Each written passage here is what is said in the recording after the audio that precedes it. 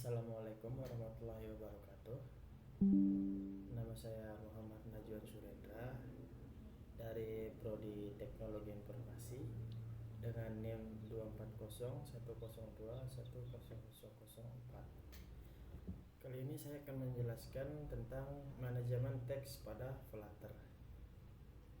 Di tahap pertama ini kita hanya menampilkan teks biasa menggunakan widget teks.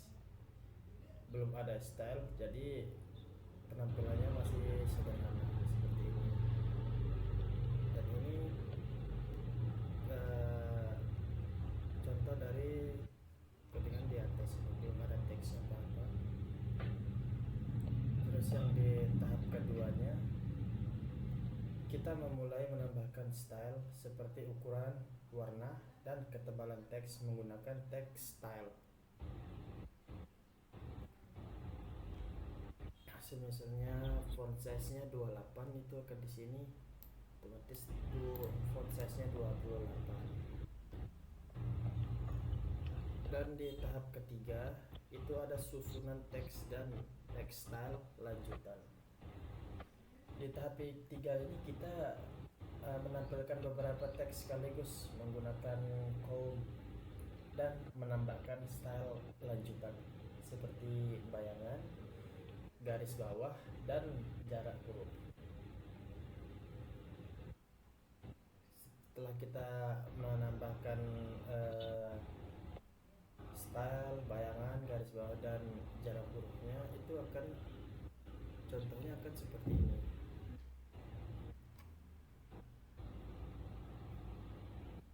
Baik, di sini ada panduan kedua, yaitu manajemen gambar atau image pada Flutter. Di tahap pertama ini kita bisa menampilkan gambar dari internet menggunakan image atau network. Jadi gambar yang diambil langsung klik dari link URL-nya. Contohnya seperti link URL pada ini, itu akan menampilkan logo seperti ini di sini. Dan di tahap kedua itu konfigurasi book space. Di tahap 2 ini kita melakukan konfigurasi di file book space YAML untuk menambahkan gambar lokal ke dalam project.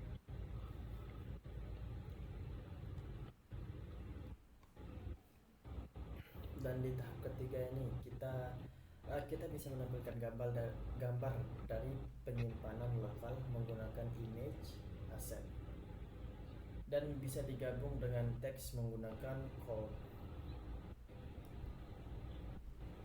Maka kalau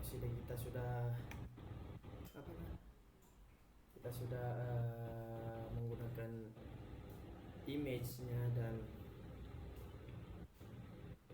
teks column-nya, itu akan menjadi seperti ini.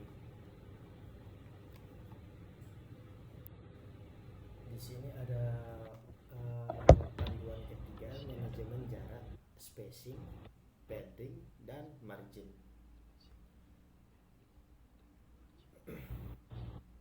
Di tahap pertama ini kita bisa memberikan jarak antar widget menggunakan size box.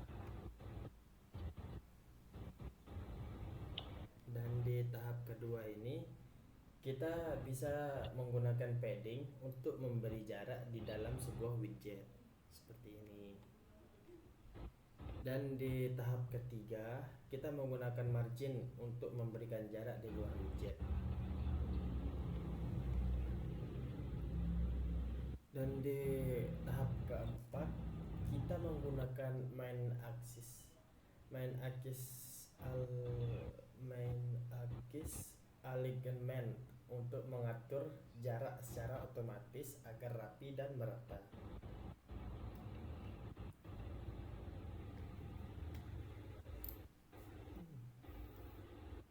Dan selanjutnya ada panduan 4, menggunakan penggunaan form dan input widget.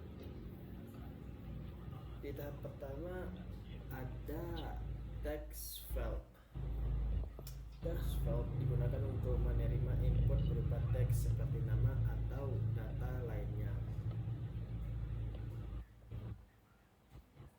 Seperti kita menggunakan property decoration untuk menambahkan label atau head. Label berfungsi sebagai judul input, sedangkan hint memberikan contoh pada user. Jadi user bisa lebih memahami apa yang diisi. Dan ini ada hasil dari tahap 1. Seperti tadi di sini nama lengkapnya kita bisa, atau sebelum nama itu ada tulislah nama lengkap Anda seperti ini. Di tahap kedua ada radio button. Radio digunakan ketika user hanya boleh memilih satu dari beberapa pilihan. Contohnya memilih program studi seperti teknologi informasi dan sistem informasi. Di sini kita menggunakan radio list style agar penampilan lebih rapi dan mudah digunakan. Hasilnya akan seperti ini. Dan di tahap ketiga ada tombol aksi. Button ini digunakan untuk tombol aksi, misalnya untuk menyimpan data.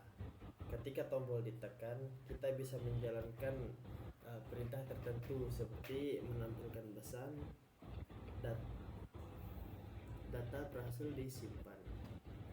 Simpan data, nanti akan ada data berhasil disimpan. Berikutnya ada panduan 5, membuat bottom navigation bar. Di tahap pertama ini kita membuat menu navigasi bawah menggunakan bottom navigator bar untuk berisi icon dan label seperti beranda dan profile. Ini akan seperti ini. Dan di tahap kedua ini kita menentukan menu yang aktif menggunakan corrected index. Dan di tahap ketiga kita menambahkan logika agar saat menu diklik halaman bisa berpindah menggunakan start full widget dan set state.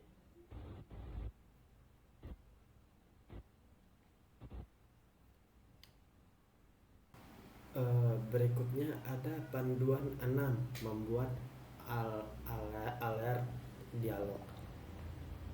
Di tahap 1 ini untuk menampilkan dialog kita menggunakan fungsi show dialog. Fungsi ini membutuhkan dua hal utama, konteks atau builder. Di dalam builder kita menampilkan widget alert dialog yang berisi title judul dan konten atau isi pesan. Contohnya seperti apakah Anda ingin keluar.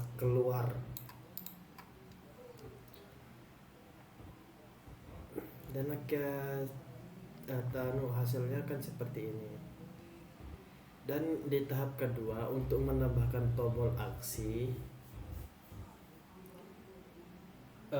user bisa memilih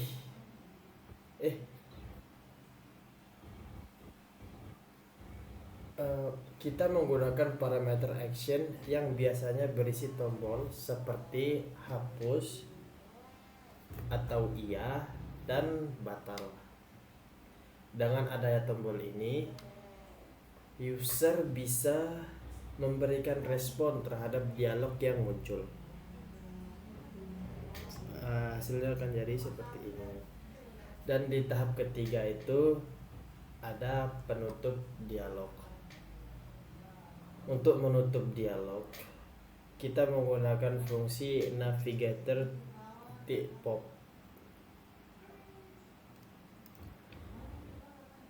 Fungsi ini menghilangkan dialog dari layar dan mengembalikan user ke tampilan sebelumnya.